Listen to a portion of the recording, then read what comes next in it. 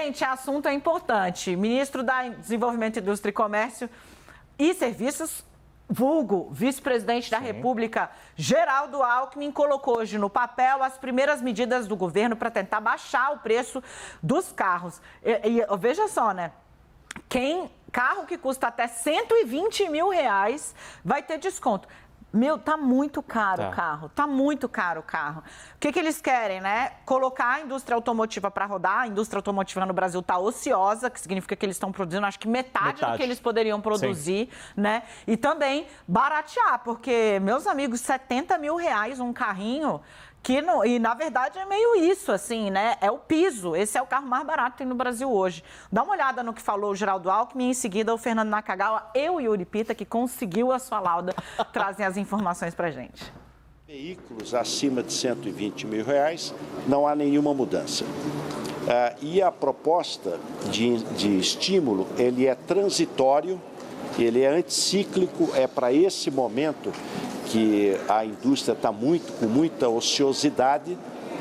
Ele leva em consideração 3 questões: o social, ou seja, o carro mais barato, a eficiência energética, então está sendo levado muito em consideração, e densidade industrial. Nakagawa, vamos trazer o Sérgio Vale para essa conversa, porque a gente já começa a falar sério dos assuntos. Você estava acompanhando a pataquada logo um pouquinho antes, Sérgio? Eu sinto muito, sério. Ontem eu fui ler os jornais sempre, aí estava lá uma entrevista super imensa do Sérgio Vale, porque o cara é gigante e eu fico fazendo pataquada com ele, Nakagawa. Você está liberado. Dani. Ai, Sérgio, obrigada. Sério, obrigada. Olha só, meu querido, explica um pouco pra gente o que faz sentido e o que não faz sentido nessa medida, porque, de novo, né, as avaliações, elas são múltiplas. E o que a gente pode esperar de impacto no curtíssimo prazo aí desse desconto anunciado hoje pelo Alckmin? Tudo bem, Dani, Naka. Olha, eu gostaria de dizer aqui para você, Dani, que teria um enorme impacto na economia brasileira, a gente ia conseguir vender bastante carro e o consumidor, a indústria está muito feliz no final desse processo. Mas o nosso histórico mostra que isso não acontece quando esses incentivos aparecem. Então, eu tenho muita dificuldade de acreditar que esse corte de impostos que a gente está vendo agora vai ter algum efeito no final para o consumidor. Você tem um cenário que esse consumidor já está com uma demanda muito reprimida, já tem um custo de crédito elevado, tem uma situação de crescimento mais baixo esse ano, e fica, além disso, Dani e Naka, a dúvida central de você colocar um incentivo para um setor específico como esse, no momento que a gente já passou por tantas décadas de políticas desse tipo que não funcionaram. A gente sabe que políticas horizontais, como a gente chama, que são para todas as empresas, para todos os setores, são muito mais eficientes. Então, eu gostaria, Dani, de ter visto a Fiesp, a Anfávia, todas essas entidades se juntarem com o governo e acelerar o passo da reforma tributária.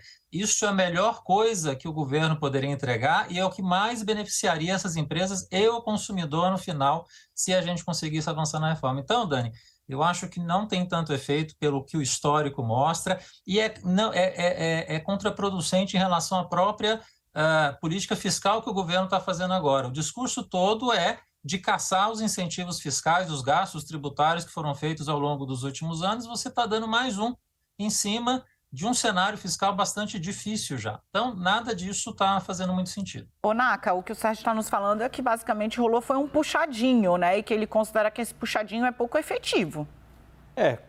Economistas defendem, e me parece muito mais razoável, quando toda a economia consegue algum tipo, se é para ter algum benefício, que seja para todo mundo. Porque, normalmente, quando você tem políticas setoriais muito focadas em alguma atividade, algum setor, ganha quem grita mais, quem tem mais poder de barganha, poder de reclamação. E isso a gente observou nos primeiros governos do PT. Acontecia isso, setores que eram mais articulados conseguiam benefícios. Não que os benefícios das montadoras não sejam necessários no momento como atual. Há muita ociosidade, 50% da capacidade de produção não está sendo usada, mas concordo, em termos profundos, uma coisa estrutural com o Sérgio. Uma reforma tributária para todos poderia gerar um impacto muito mais profundo e perene para a economia brasileira. O Lula acabou de chegar aqui na Fiesp, agora 5 horas e 12 minutos. Há 1 minuto ele postou a chegada do Lula na Fiesp. Ele vem exatamente para a comemoração do Dia da Indústria. O governo faz esse anúncio exatamente no Dia da Indústria, querendo produzir a repercussão. Está lá o presidente do BNDES, o presidente da Fiesp. Estou vendo aqui também a Geraldo Alckmin, todos aqui na nossa frente. Sérgio, para fechar, né? Porque eu vou aproveitar aqui que você faz esse mix tão bom de avaliação de política e de ambiente econômico, porque mede a temperatura do mercado todo dia ali no pulso. Porque é o seguinte, o que o Congresso está sinalizando para o governo é que a vida do governo não é fácil como foi, por exemplo, para aprovar o arcabouço fiscal. O que o Congresso fez ontem foi dizer, olha, a gente te ajudou aqui anteontem, mas hoje já é dia de luta, né? Hoje já é dia de caça. O que isso sinaliza? Porque a gente está aqui batendo, precisa da reforma tributária, mas assim, com este Congresso está muito claro que vai ser uma reforma muito difícil. A reforma tributária é a reforma mais difícil de todas, eu considero, porque ela envolve interesses muito diversos, o prefeito quer uma coisa, o governador quer outra, o governo federal quer outro, o parlamentar quer uma terceira, e aí você não está falando só de vontade de Estado, aí vem a indústria quer uma coisa, o serviço quer outra coisa, todos eles fazem pressão. Isso é grupo de pressão. Então, conseguir construir um consenso mínimo é muito mais difícil. Nesse cenário, Sérgio, o que pinta aí para a visão do mercado em relação a isso? Dani, concordo com você. A reforma tributária é o nosso santo graal hoje, né? A coisa mais difícil que a gente tem possível de reforma para acontecer. Mas eu acho que tem alguns pontos aqui importantes que a gente pode avaliar, que talvez a gente possa avançar nessa reforma. Não vai ser a reforma perfeita, provavelmente não vai ser a reforma que o API colocou, vai ser algo intermediário, mas eu acho que a gente consegue ter alguma coisa. Primeiro porque duas partes importantes do jogo político aqui têm interesse nisso e têm sinalização muito concreta desde o ano passado de que quer a reforma. Um é o governo, o executivo, que tem sinalizado isso e o API não está lá à toa, né? O outro é o próprio Lira, né, que sempre sinalizou desde o ano passado, na verdade faz tempo, que ele também deseja que essa reforma avance. E um outro player importante aqui, né, um outro ator importante nesse sentido é vocês. Eu acho que a imprensa tem um papel fundamental de sistematicamente trazer pessoas para falar sobre a importância da reforma tributária, como foi feito lá atrás na Previdência. Reforma da Previdência, a imprensa teve um papel essencial para trazer essa informação e conseguir convencer a sociedade da aprovação e da necessidade dela. Então, acho assim, tem dois atores importantes que querem, a imprensa está fazendo o papel correto de colocar essa discussão o tempo inteiro, e eu acho que não vai ser perfeita, mas eu acho que tem um espaço, dado tudo que está acontecendo desses dois atores, a gente conseguir avançar alguma coisa, Dani. Gente, Sérgio Vale, senhoras e senhores, muito obrigada por nos aceitar do jeitinho peculiar que somos, Sérgio. Até mais. Sempre, Dani, sempre. Maravilhoso. Gente, vocês viram aí, né, Naka? Ficou meio claro que tem uma série de poréns em relação a... Agora o Naka vai colocar isso em imagens. E a Renata está no grupo, assim, indignadíssima. Eduardo Petrelli também, que eu falei, amor da minha vida. Ele falou, nossa, essa menina diz que ama todo mundo. Tá uma revolução, você causou uma revolução. Gente, mas não vi aí, aqui. No nosso grupo, enquanto você trabalhava, o caos explodiu e aconteceu. Vamos ver se Fernando Nakagawa trouxe uma arte com anime, como pediu a Renata Sem ontem. anime e sem a mini também, mas com informação, para explicar o que o governo está anunciando agora, primeiro para a indústria automotiva, Dani. Então, essa medida é só para carros que custem até R$120 mil. E o que vai acontecer? É caro para dedéu, né? O que vai acontecer? O governo está propondo reduzir 3 impostos: PIS, COFINS e IPI, Imposto sobre Produtos Industrializados. Como é que será esta redução? Conforme 3 aspectos, 3 temas serão avaliados para cada veículo e assim você vai chegar até a conta final. Preço do veículo, quanto mais barato, mais desconto no IPI, no PIS/COFINS. Depois, eficiência energética, então quanto melhor for a utilização da energia, do combustível, mais desconto terá. Não ficou muito claro nessa frente se apenas energia verde ou se os combustíveis fósseis também serão beneficiados. E, para terminar, a nacionalização das peças usadas naquele carro. E aqui foi muito interessante, Dani, porque o vice-presidente Geraldo Alckmin, ao anunciar este terceiro item, a nacionalização, ele usou outro termo: densidade industrial. Ele disse assim: quanto maior a densidade industrial, mais desconto vai ter. Aí pergunto os coleguinhas que estavam lá, perguntam: mas como assim? Ah, não, quanto mais peças produzidas no Brasil, mais desconto vai ter. É a famosa nacionalização, mas um governo de esquerda prefere não usar esse termo porque os liberais não gostam disso. E aí, para terminar, qual que é o impacto disso? Um desconto de 1,5% a 10,96%. Eu fiz a continha simples aqui. O modelo mais barato hoje no Brasil é o Renault Kwid Zen 1.0. Ele custa R$ 68.990. Ou seja, 70, exatamente. Com esse desconto máximo aqui, iria para R$ 61.428, um desconto de R$ 7.500. Insuficiente para o sonho do governo, que é ter um carro na casa dos R$ 50 mil. A Anfávia, as montadoras sinalizaram para o governo o seguinte: se de fato isso daqui for oferecido, as montadoras vão começar a cortar alguns itens não obrigatórios. Então, conectividade ou aqueles kits das telas multimídia, cortam isso e aí o carro muito provavelmente vai ficar abaixo, os modelos mais simples, abaixo de 60 mil. Será que alguma montadora vai reativar modelos que foram deixados de lado exatamente porque houve, né, gente, nos últimos anos, uma migração para um mercado de carros mais caros mesmo, né? Será que as montadoras podem reativar linhas que tinham saído? Eu não ouvi nada disso, mas me parece pouco provável, porque hoje os carros são há uma série de itens obrigatórios, tipo airbag, freio ABS, e que plataformas antigas não conversam mais com essa história.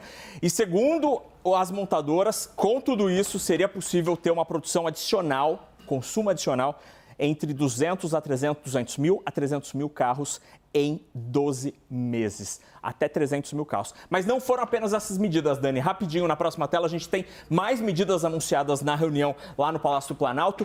Créditos do BNDES para exportadores, são 4 bilhões de reais em crédito para os exportadores. Depreciação acelerada, aqui é um item que Yuri Pita e eu antecipamos ontem aqui na CNN. Além de juro menor para pesquisa e desenvolvimento, também está sendo prometido, assinado para as empresas, além de um avanço na lei das garantias, o que pode reduzir o juro para as empresas. Esses dois itens estão no Congresso ainda não devem ter efeito tão rapidão. Anúncio do BNDES eleva a qualidade do investimento, diz a CNI, que soltou aí já, que é a Confederação Nacional da Indústria, alvo do Dia da Indústria, tá? Sim. Então, a CNI foi celebrar. A indústria brasileira precisa de recursos para cada vez mais apostar em digitalização, tecnologia e inovação. O custo elevado é apontado como principal barreira interna à adoção de novas tecnologias. Por isso, hoje, mais da metade das empresas industriais não usa qualquer ou usa poucas tecnologias digitais. Só com a digitalização vamos superar a baixa produtividade, disse Robson de Andrade, presidente da CNI. Teve um lobby que funcionou e funcionou muito, que foi o do Yuri Pita, que sentou, não sei porquê. O Igor mandou você sentar. O Edu, não, ele vai vir para cá. Não, vem para cá. Funcionou. Eu fiquei com tanta dó desse grande apelo que ele fez, dele tentando provar para o Nakagawa que ele tinha elementos adicionais que vai ficar aqui no palanque. Cheguei. Vai, dupla. Posso pedir emprestada aquela arte, claro, aquela por favor, primeira tela? Então Vamos lá. Relembrando meus tempos de editor de 4 rodas, né? Daniela Lima também trabalhou em Veja. Em Veja, é. Por que eu pedi essa primeira tela? Porque a gente está falando desses carros até 120 mil. Pedi ajuda para o Murilo Brigante, que é da Bright Consulting, uma consultoria especializada no setor automotivo, para entender. Legal, estamos falando aqui quantos carros no Brasil são vendidos até 120 mil reais. Quase metade do mercado nacional, 47%. Este ano, 2023, a indústria automotiva deve vender 2 milhões de automóveis. E aí, metade, 1 milhão mais ou menos, pouco menos de 1 milhão, vendidos até 120 mil. O que significa isso, Dani? Você mencionou que a indústria também tem aumentado os preços porque está preferindo os carros com mais valor agregado. E, de fato, o Murilo também me deu um dado que é impressionante, que eu não tinha, né, não estou mais cobrindo automotivo, não lembrava disso. Em 2016, o ticket médio dos automóveis aqui no Brasil era de pouco mais de 91 mil reais, que já é alto, isso preço já corrigido. É alto, mas ok, a gente está falando da média. Hoje é quase 140 mil. Pelo amor de Jesus. Ou seja, Cristo. isso aqui, né, é abaixo da média. Né? Então, tem um aspecto aí do governo que é não só ter um carro que é mais acessível para a população, mas também tentar enfrentar uma mudança de perfil da indústria. Porque, de fato, os carros SUVs, né, aqueles carros de família ou carros maiores, acabam tendo uma procura maior no setor de carros novos. A projeção deles bate com essa que você passou da Anfávia, eles estão projetando, se de julho até dezembro esse programa estiver em vigor, daria para crescer de 130 mil a 150 mil unidades, que daria mais ou menos 300 mil em 12 meses. E essencialmente, né, de cada 3 carros dessa faixa, 2 é motor 1.0 e de preço aí 85 mil, 90 mil. Os outros restantes, aí, o 1/3 restante, 32%, uma cilindrada um pouco maior, de 1.2 a 1.8 litro, e um preço já acima dos 100 mil reais. Caramba, me senti no domingo de manhã com aquele programa de carro. Total, fica aqui, traz a nossa Black Bloc ambiental. Ela está inconformada. Ela está pé Mas, da vida. em parte, eu concordo com o que a Renata está colocando, porque tem um quê passadista, assim, meio cringe. Sim, cringe total. É o futuro do passado, o carro. Né? A gente não está discutindo agora eletrificação. Agora já estão convergindo aqui pro meu lado. Vai, Renata, coloca pra fora, explica pra quem tá em casa por que você achou bizarro o futuro do passado, a vanguarda do atraso. Me parece uma receita bastante antiga para um problema que esse mesmo receituário nunca conseguiu resolver. Então, primeiro aspecto, esse tipo de política de incentivo ao setor automotivo, ele já foi usado, já foi testado e cá estamos de novo debatendo uma forma de resgatar a indústria automotiva no Brasil, que está fechando vagas, que está com capacidade ociosa. Então, veja, tem um problema maior, né, que não está sendo enfrentado pela política de dar benefício e tentar, eventualmente, ali baixar o preço para o consumidor final. Então, esse é um aspecto. Por que a gente está revisitando uma política que não necessariamente resolveu o problema? Lá atrás, o argumento era, a gente precisa, sim, do governo para induzir, ajudar essa indústria a usar mais produtos nacionais para desenvolver outras indústrias aqui no país, a partir disso, trazer montadoras que ainda não estão no país a atuarem aqui. O que a gente viu em seguida foi que isso até pode ter tido algum efeito ali em algum espaço de tempo, mas o setor voltou a estar em crise. Segundo aspecto é o desalinhamento da visão, de novo, do governo que pregou que entraria com um pé inteiro na agenda ambiental. A gente não está vendo ali, ainda que haja algum tipo de sinalização para veículos menos poluentes, a gente não está falando de um incentivo ao carro do futuro. E, por fim, é um contrassenso com o que a equipe econômica deste governo está tentando fazer. Fernando Haddad está aí, dia sim, dia também, falando, precisamos abrir a caixa preta, mostrar para o público o quanto diversas empresas estão recebendo de benefícios do governo, o tal gasto tributário. Aí o governo saca o quê? Um novo gasto tributário. Botou tudo na mesa, tá bom? Dani, rapidinho, bem rapidinho mesmo.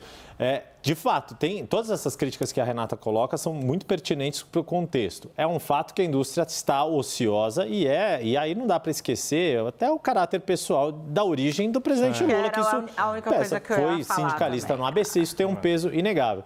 Agora, essa questão de incentivar a eficiência, verdade seja dita, este programa leva em conta essa eficiência energética desses carros. São carros menos poluentes do que esses carros mais caros, de motor maior. Mas tem uma etiquetinha ali que é literalmente igual a etiqueta de geladeira ali, A, B, C.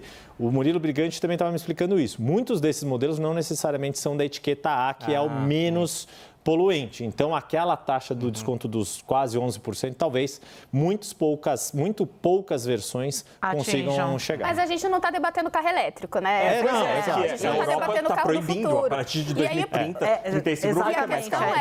Esse é o tamanho da diferença que a gente está, né? Na Europa, as pessoas estão proibindo a fabricação. Assim, se você quiser, você não vai achar para comprar mais carro a combustível. Ontem a Marina Silva, para fechar rapidamente, eu preciso ir para o intervalo, o Igor está enlouquecido no meu ouvido. Mentira, tadinho, ele está em silêncio, ele só falou uma vez. Justiça seja feita. Mas a Marina Silva falou, a gente vai fazer a transição para energia limpa, não é porque a gente quer, porque é uma imposição. Sim. E a real é meio essa. Vai, Renata, 10 segundos. É custo de oportunidade. A gente está falando em gasto tributário, ou seja, dinheiro que o governo não está arrecadando para, no fim, incentivar a compra de produtos que giram a casa de R$100 mil. Quem que se beneficia? Desculpa, eu sei que tem muita gente querendo carro barato, mas que muita gente é essa em relação à sociedade como um todo? A gente tem problemas mais prementes. É mais um aceno do Lula para a classe média. A real é isso.